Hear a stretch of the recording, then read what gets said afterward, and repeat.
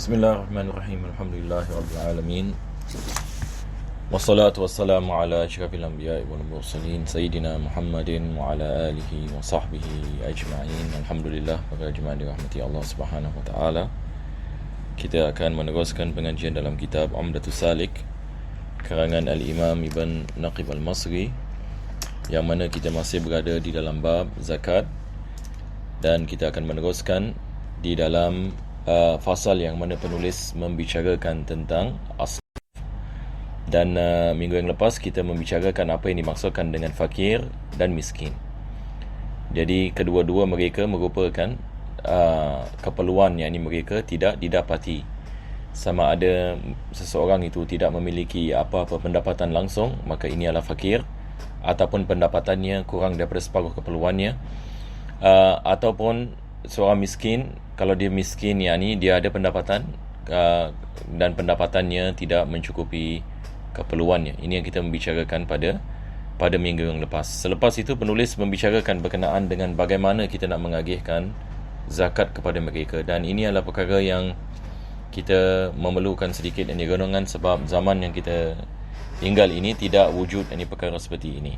Tetapi ini adalah asal hukum dalam agama Islam. Yakni Islam meletakkan kaedah-kaedah dalam cara untuk mengagihkan zakat, dan agama Islam merupakan cara, yakni dalam agama kita ini, kalau kita dapat mengagihkan zakat dengan betul dan dengan cara yang betul, dan dengan orang mengeluarkan zakat, maka kita tidak akan mendapati ada orang miskin di dalam masyarakat. Ini adalah daripada kehebatan hukum mahkam Islam. Saya membicarakan sedikit sebanyak pada minggu yang lepas. Cuma kita lihat ini sekali lagi apa penulis ini mengatakan di bahagian beliau ini mengatakan di sini wa yu'ta, yakni diberikan wa yu'tal fakiru wal miskinu ma yuzilu hajatahuma min uddatin yaktasibu biha. Jadi penulis memulakan dengan mengatakan fakir dan miskin diberikan yakni sejumlah ini daripada wang zakat, kadar dapat menampung keperluan mereka. Kadar dapat menampung keperluan mereka dengan memberikan yakni benda-benda yang mereka memerlukan untuk menjalankan pekerjaan mereka. Lepas itu dia memberikan misal, au malin yattajiru biha, ataupun harta yang mana duit yang mana dia dapat berniaga dengannya. Nanti kita akan lihat misalnya, baru kita akan faham. Ala hasabi ma yaliqu bihi, ikut ini kepada apa yang layak baginya. Selepas itu misalnya dia begini, dia mengatakan fa yatafawatu bainal jauhari wal bazzaz wal baqali wa ghairihim. Jauhari ini orang yang jual gems jauhar, orang yang jual seperti batu permata dan sebagainya. Bazzaz ini orang yang menjual pakaian.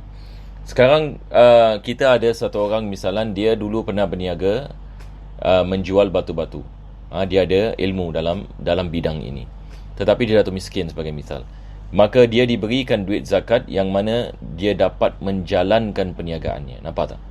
Dia dapat menjalankan perniagaannya. Jadi maksud daripada memberikan zakat kepadanya adalah supaya dia dapat menjalankan pekerjaannya. Jadi duit zakat ini dia bukan maksudnya kita memberi sedikit, tetapi tiap-tiap bulan orang itu akan minta lagi disebabkan keperluannya tidak dicukupi. Jadi kalau dia ada ilmu dalam bidang dalam perniagaan dan sebagainya, maka duit zakat membantunya untuk dia meneruskan perniagaan. Sama ada dia berniaga batu-batuan, ataupun dia berniaga pakaian, ataupun dia menjaga bakal ini seperti shopkeeper lah jual barang-barangan dapur dan sebagainya.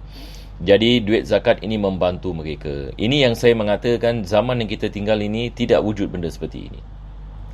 Nampak tak? Zaman masa yang kita tinggal ini, hatta orang miskin mereka tidak mengetahui mana nak dapat duit zakat. Itu pun mereka tidak diberikan duit zakat. Kalau diberikan mungkin satu bulan 100 ke, ataupun satu bulan $50 dan sebagainya, ataupun satu bulan 200 mereka dapat dan sebagainya. Maka ini tidak kita mengatakan tidak membantu mereka dengan keseluruhan. Jadi agama kita dia lihat ini kepada maslahat, ini dia lihat ini kepada keadaan ini individu. Ini adalah kalau sekiranya dia ada kita mengatakan ilmu ataupun dia ada experience dalam perniagaan ataupun dalam sesuatu benda yang dia melakukan. Tetapi kalau sekiranya dia tidak ada ilmu misalan dalam apa-apa jenis ini pekerjaan. Yang satu orang ini misalan dia tidak dapat melakukan apa-apa ataupun dia misalan dalam kursi roda sebagai misal. Dia tidak dapat bekerja dan sebagainya, dia miskin. Ini sini penulis mengatakan fa illam yahtarif u'tiya kifayatal umril ghalib limithlihi. Maka dia diberikan duit zakat kadar umril ghalib. Apakah yang dimaksudkan dengan umur yang ghalib ini? Maksudnya umur yang biasa.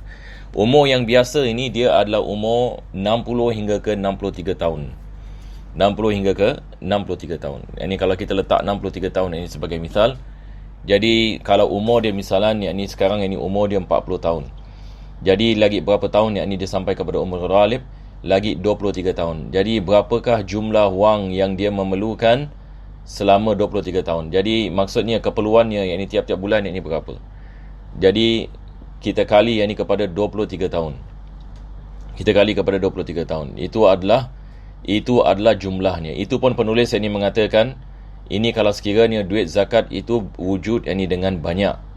Kalau imam yakni misalan negara muslim sebagai misal ya, ada duit zakat ini dengan banyak, maka cara yakni untuk membebaskan seseorang daripada kemiskinan, daripada kefakiran, kalau sekiranya dia tidak dapat bekerja, dia tidak dapat melakukan perniagaan seperti mana kita mengatakan tadi, maka diberikan kepadanya sejumlah wang yang mana tiap-tiap yakni bulan dan tiap-tiap hari dia ditampung yakni oleh duit zakat. Taib. Selepas itu u'tiya kifayatul umril ghalib limislihi. Wa qila ada pendapat yakni tetapi ini bukan pendapat yang mu'tamad, mengatakan diberikan kifayatas sanatin faqat. Yakni dia diberikan hanya bagi 1 tahun. Yakni 1 tahun yakni berapa dia memerlukan.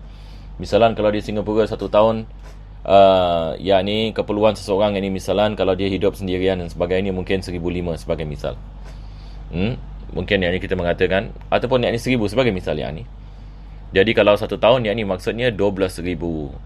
1 tahun yakni dia adalah 12,000. Ini adalah pendapat.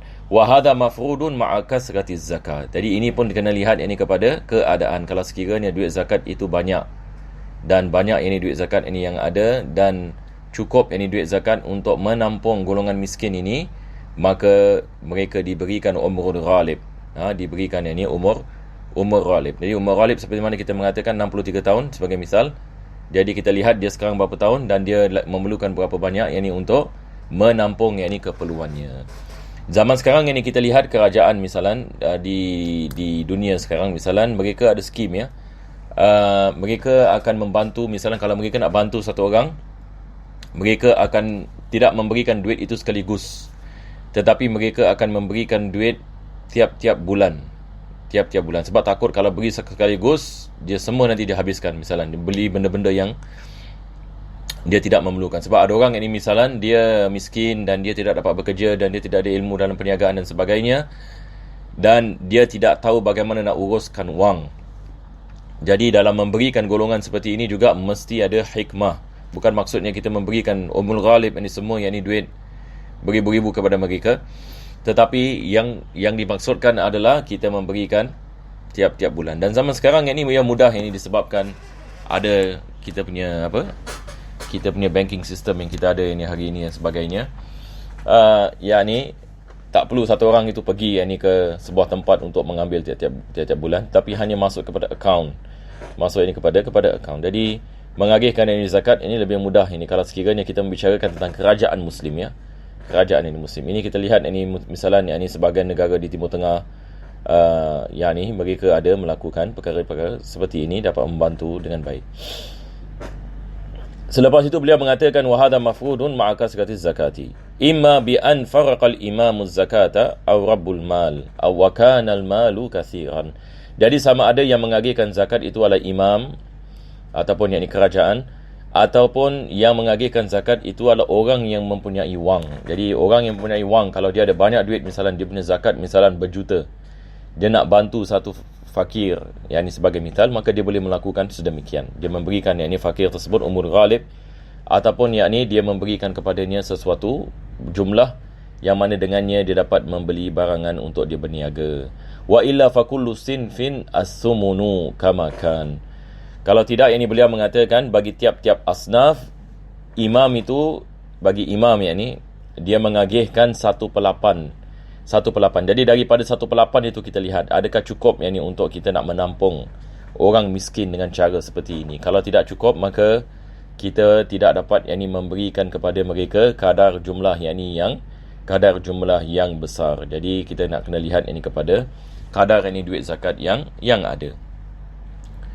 Jadi ini kita lihat dalam sejarah Islam, kita lihat kalau cara seperti ini yang kita membicarakan, dan dalam keadaan ini umat Islam ini kaya, ini misalan, tentu sekali dia akan menghapuskan kemiskinan. Cuba bayangkan negeri Islam, satu negara Islam. Dulu kita zaman yakni Khulafa Rashidin sebagai misal, zaman Sayyidina Umar Al-Khattab.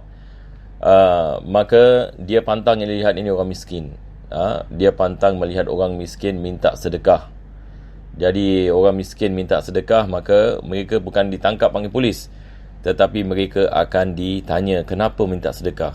Kalau dia miskin, siasat misalan, dia miskin bagaimana, dia bekerja sebagai apa dulu, dan dia bagaimana kita boleh membantunya. Yang ini maksudnya membantu, siasat ini untuk membantu, yang ini bukan untuk menyusahkan. Jadi mereka memberikan daripada baitul mal, mereka memberikan daripada duit zakat, sehingga kan kemiskinan itu dihapuskan. Dan berlaku yang ini zaman yang mana tidak ada orang miskin dan fakir dalam yang ini sebahagian negara Islam ini zaman dahulu. Disebabkan yang ini duit zakat ini semua orang yang ini mengeluarkan zakat.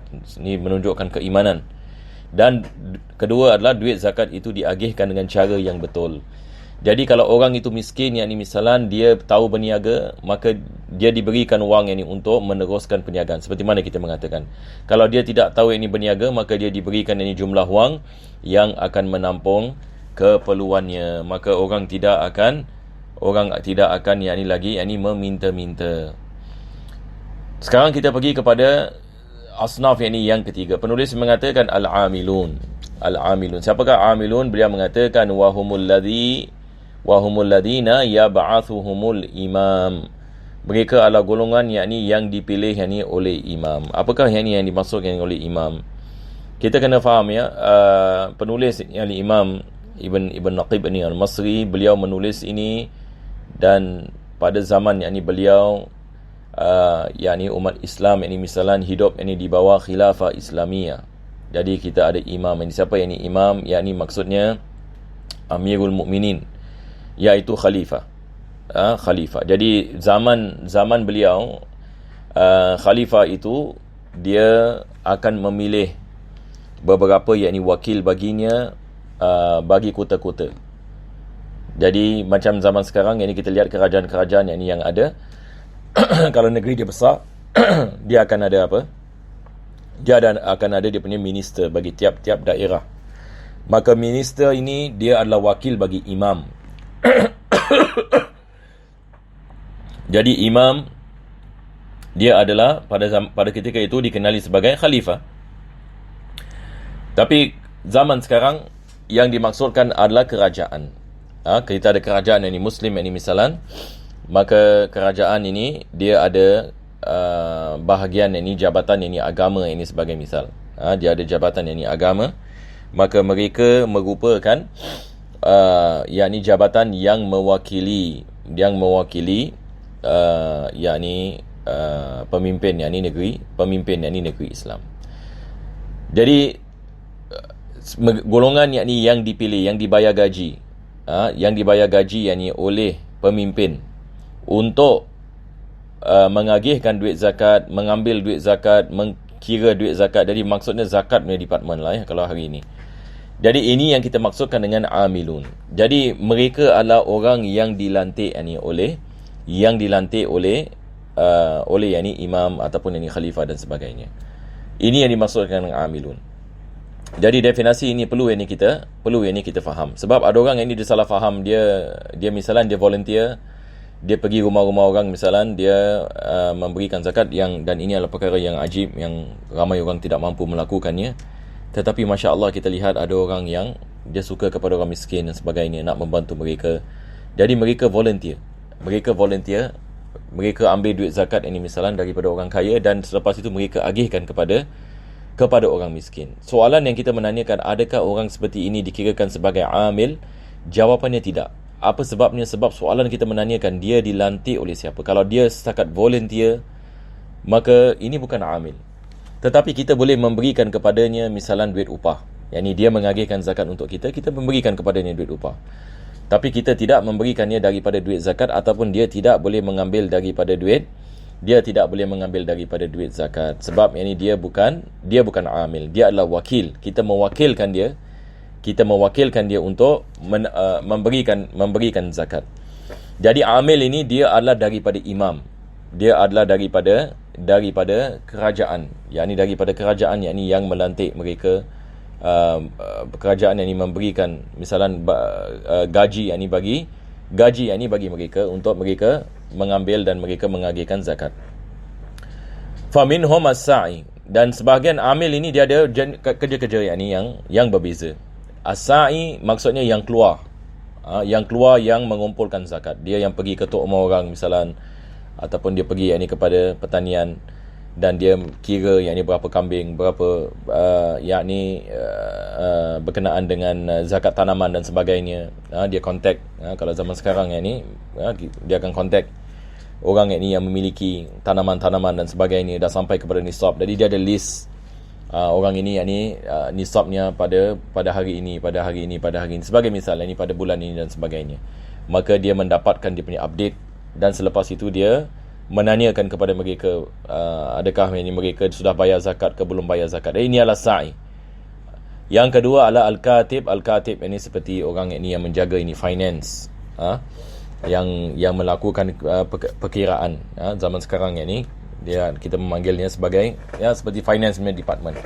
Al-hashir yang mengumpulkan, orang yang mengumpulkan duit tersebut. Wal qasim, ini lagi satu department, department yang mengagihkan zakat. Jadi kita ada department yang mengambil zakat, dan kita ada department yang mengagihkan zakat. Fayaj'alu lil 'amili as-sumun.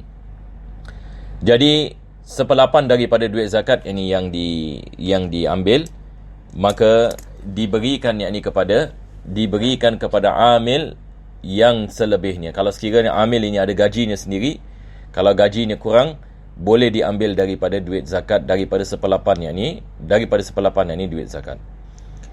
Fa in kana sumunu aksara min ujratihi raddal fadila 'ala al-baqin.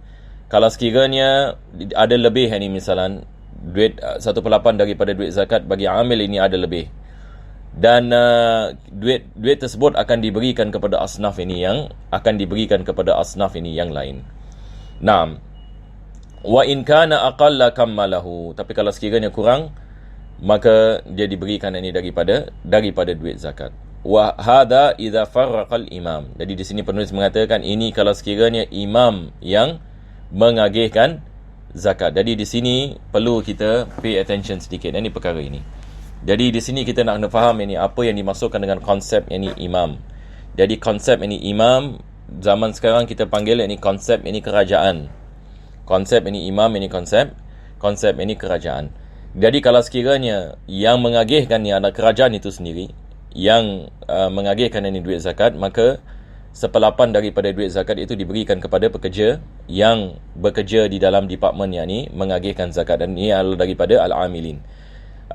Tapi kalau sekiranya seseorang itu dia mengeluarkan zakatnya sendiri, maksudnya saya ada duit zakat, misalnya saya cari orang miskin dan saya mengeluarkan, ini kita tak boleh mengatakan kita ni adalah amil. Ini adalah daripada kesilapan. Begitu juga dengan institusi agama. Institusi agama bukan orang yang dilantik oleh imam. Nampak tak? Satu orang dia NGO. Dia buka institusi untuk membantu orang miskin. dalam masa yang sama juga dia meminta zakat. Ini misalnya kalau ada orang ada zakat, dia akan memberikan kepada orang miskin. Adakah ini amil? Ini bukan amil. Maka dia boleh mengambil zakat dan memberikan kepada orang miskin, itu tidak ada masalah. Tetapi dia adalah wakil dan dia bukan amil. Maka dia tidak boleh mengambil daripada duit zakat dengan alasan amil, dengan alasan amil. Ini yang penulis ini mengatakan, kalau sekiranya yang mengagihkan itu adalah imam, tapi kalau sekiranya yang mengagihkan itu adalah pemilik ini bagi harta, qassama ala sab'atin, maka dia mengagihkan ini kepada 7 asnaf, wasaqatal amil, maka bagi amil dia tidak ada yang ini baginya. Jadi insya-Allah ini kita berhenti di sini. Dan minggu depan insya-Allah kita akan membicarakan tentang yang seterusnya, iaitu al-muallafatu qulubuhum. Alhamdulillahirabbil alamin. Allahumma salli wa sallim ala sayyidina Muhammad wa ala ali sayyidina Muhammad. Rabbana atina fid dunya hasanah wa fil akhirati hasanah wa qina adzabannar. Sallallahu ala sayyidina Muhammadin wa ala alihi wa sahbihi wasallam. Walhamdulillahirabbil alamin.